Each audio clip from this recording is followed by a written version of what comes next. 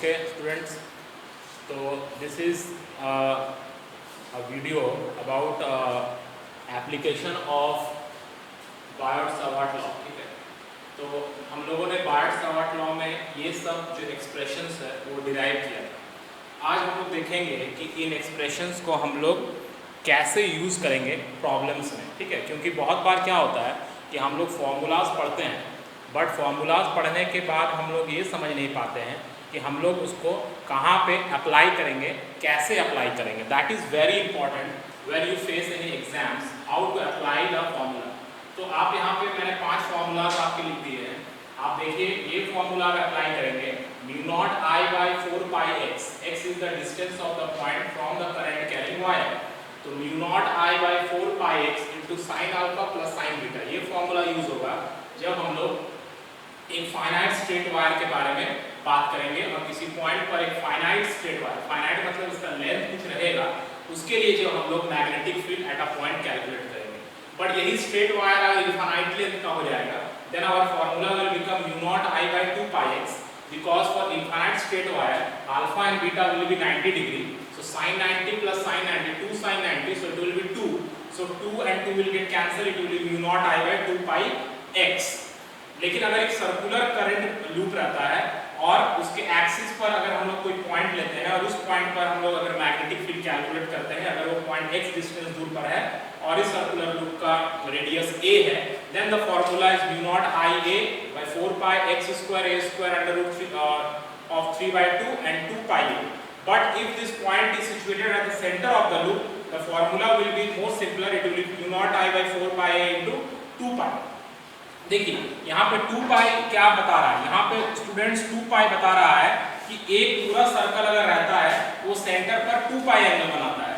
लेकिन मान लीजिए हमारे पास जस्ट एक सर्कल का क्रॉस सर्कुलर पार्ट है, पूरा सर्कल नहीं है, तो वो कितना मैग्नेटिक फील्ड बनाएगा अपने सेंटर पर. तो उसके लिए हमारा फॉर्मूला हो जाएगा mu naught I by 4 pi a. ये तो रहेगा, but we have to know the angle it forms at the centre. Centre पर ये कितना एंगल बना रहा है, तो सेंटर पर स्टूडेंट्स यहाँ एंगल बना रहा है थीटा, तो यहाँ थीटा ले लेंगे, इसको पाई के फॉर्म में लिख देंगे. जैसे मान लीजिए 30 डिग्री होगा तो पाई बाई 6 लिख देंगे. बात समझ में आ गया. तो इन फॉर्मूलाज को आप लोग एक बार देख लें, इसको नोट डाउन कर लें, उसके बाद हम लोग इसके ऊपर जो प्रॉब्लम्स है उसको डिस्कस करेंगे. ठीक है स्टूडेंट्स, तो चलिए 1 मिनट का टाइम देते हैं, आप लोग इसको नोट डाउन कर लें और उसके बाद हम लोग उसका प्रॉब्लम डिस्कस करेंगे.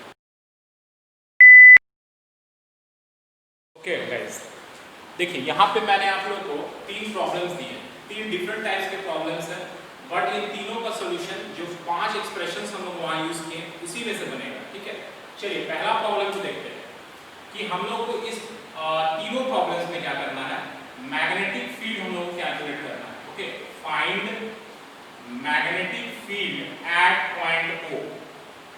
फाइंड मैग्नेटिक फील्ड एट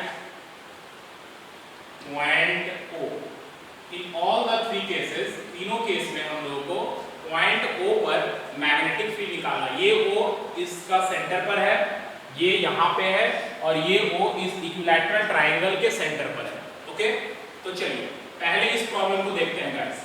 इसमें देखिए 3 पार्ट हमको दिख रहा है. ये 1 पार्ट हो गया स्ट्रेट वायर यहाँ से यहाँ तक, फिर यहाँ से एक हाफ सर्कल है, दिस इज पार्ट 2, और ये यहाँ से यहाँ पार्ट 3.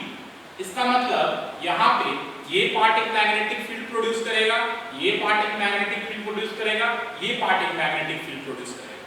चलिए तो पहले हम लोग पार्ट 1 के लिए मैग्नेटिक फील्ड निकालते हैं, that is B1. Now guys आप देखिए ये जो वायर है, इस वायर के एक्सिस पर ही हमारा पॉइंट आ जा रहा है.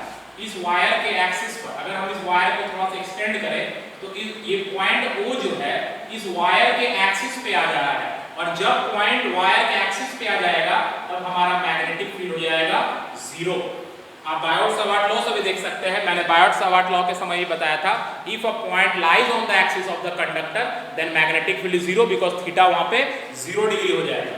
सिमिलरली अगर आप देखते हैं तो इस पार्ट 2 के लिए भी मैग्नेटिक फील्ड O पर 0 आएगा बिकॉज इस वायर के एक्सिस पे भी आ जा रहा है. तो B1 एंड B3 गाइस 0 हो जाएगा.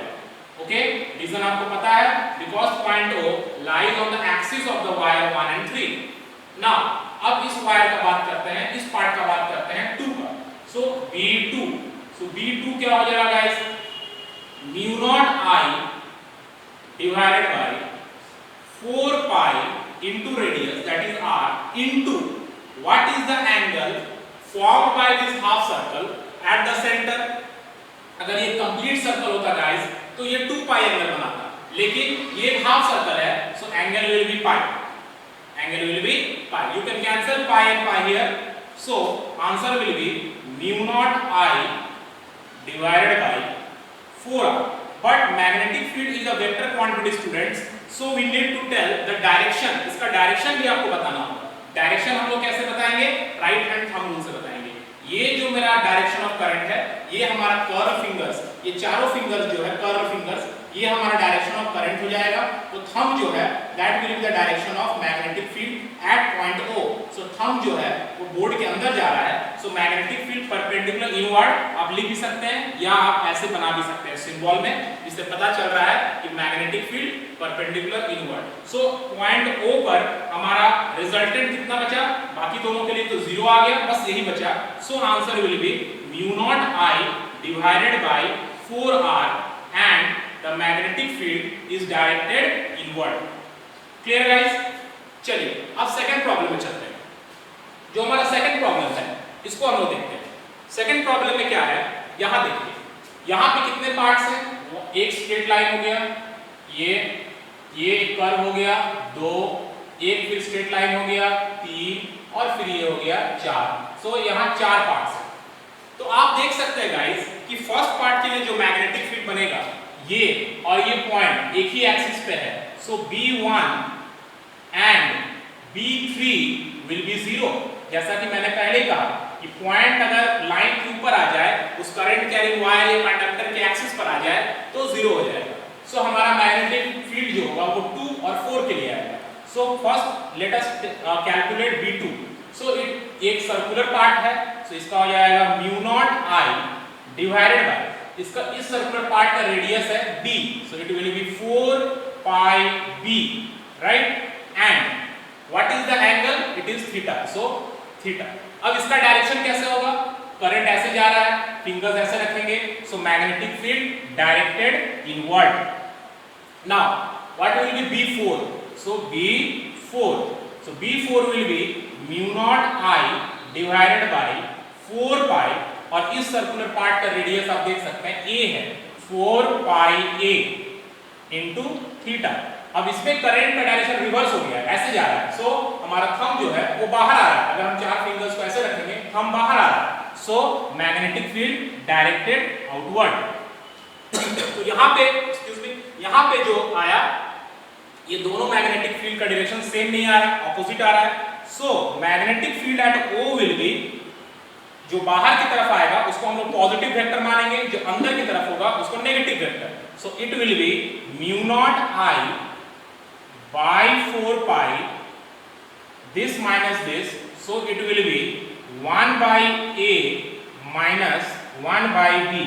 एंड गाइस आप ये भी देख सकते हैं कि जो रिजल्टेड मैग्नेटिक फील्ड आएगा उसका डायरेक्शन किधर रहेगा, उसका डायरेक्शन परपेंडिकुलर आउटवर्ड रहेगा। आप वर्ड में भी लिख सकते हैं, क्यों परपेंडिकुलर आउटवर्ड रहेगा, क्योंकि आप देखिए कि यहाँ पे A का जो वैल्यू है वो छोटा है, B का वैल्यू बड़ा है, and it is inversely proportional. So यहाँ पे A का वैल्यू छोटा है तो B4 will be greater than B2, so if you subtract this from this it will be greater. So जो मैग्नेटिक फील्ड बाहर की तरफ आ रहा है वो बड़ा मैग्नीट्यूड का है, तो रिजल्टेंट भी बाहर की तरफ होगा। क्लियर? चलिए अब हम लोग देखते हैं क्वेश्चन नंबर 3 को। यहाँ पे देखिए ये तीनों स्ट्रेट वायर है, ठीक है, और इन तीनों का एक फाइनाइट लेंथ है a, इसका भी लेंथ a है, इसका भी लेंथ a है, इसका भी लेंथ a है, क्योंकि एक इक्विलैटरल ट्रायंगल है, करंट I जा रहा है। तो जब फाइनाइट लेंथ है तो हम लोग क्या करते हैं, दोनों एंड से जिस पॉइंट पर मैग्नेटिक फील्ड निकालना है उसको मिलाते हैं, और फिर यहाँ से परपेंडिकुलर डिस्टेंस लेते हैं। तो हम लोग को ये परपेंडिकुलर डिस्टेंस चाहिए और ये दोनों एंगल अल्फा और बीटा चाहिए, राइट। सो देखिए ये एंगल आप 30 डिग्री बोल सकते हैं, ये एंगल भी 30 डिग्री हो जाएगा, ये 90 डिग्री हो जाएगा, तो ये एंगल 60 डिग्री आ जाएगा। सो एंगल जो O पर बन रहा है अल्फा एंड बीटा, वो दोनों 60 डिग्री आ गया। सो अल्फा एंड बीटा हम लोग निकाल लिए। Now we have to calculate this perpendicular distance. तो आप यहाँ पे tan ये एंगल आपका 30 डिग्री है, आप tan 30 डिग्री यूज कीजिए। tan 30 degree will be equal to this perpendicular distance जो कि हमारा x था and this base that is half of the side a by 2। तो ये हो जाएगा 1 by √3, तो ये हो जाएगा a by 2 √3। Okay, a by 2 √3, so x will be a by 2 √3। तो हमारा जो परपेंडिकुलर हो गया वो हो गया a by 2 √3। ओके, तो हम आराम से बना लेंगे। तो v will be equal to mu naught I divided by 4 pi into perpendicular distance x, that is a by 2 √3, this is the perpendicular distance, into sin alpha plus sin beta, so sin 60 degree plus sin 60 degree, okay, this is sin alpha plus sin beta, right? Now just solve this, and this is for one wire, there are 3 wires। आप 3 wire मान सकते हैं, 1 wire, 2 wire, 3 wire. तो ultimately हम लोगों को क्या करना पड़ेगा, ये पूरा चीज को 3 से मल्टीप्लाई कर देना पड़ेगा। पूरा चीज 3 से मल्टीप्लाई होगा तो पूरे ट्रायंगल के निकल जाएगा। So answer will be sin 60 sin 60, it will be √3 by 2 √3 by 2, so 2 √3 by 2, so 3 mu naught I, okay, this will go in the numerator, 2 √3 by, why this 3? Because there are 3 wires, 4 pi, and it will be 2 √3 by 2, okay, 2 √3 2 √3, 4 and 3, it will be 12 to 6, 18, it will cut, sorry, a will be here, 18 it will cut, it will be 9 by 9 mu naught I divided by 2 pi a, okay, this is the answer। and you see the direction, current ऐसे जा रहा है, so magnetic field outward, current ऐसे जा रहा है, magnetic field outward, तो तीनों का आउटवर्ड आ रहा है, so final output will be also directed outward, final magnetic field will be directed outward। तो क्लियर हो गया गाइस आप लोगों को। तो इस तरह से बहुत सारे शेप्स आपके बुक में भी होंगे जिस पे आपके क्वेश्चंस बनाने हैं। आप इन तीनों क्वेश्चंस का रेफरेंस ले सकते हैं, इससे कांसेप्ट को समझ के किसी भी शेप का क्वेश्चन आपको रहेगा और किसी भी पॉइंट पर मैग्नेटिक फील्ड निकालने के लिए कहा जाएगा, आप निकाल सकते हैं। इसको समझने में, इस कॉन्सेप्ट को समझने में अगर किसी भी तरह की असुविधा हो रही है तो हमें कमेंट करें और हमें मैसेज कर सकते हैं, हमें बता सकते हैं क्या प्रॉब्लम है। ठीक है, thank you and see you in the next class, bye.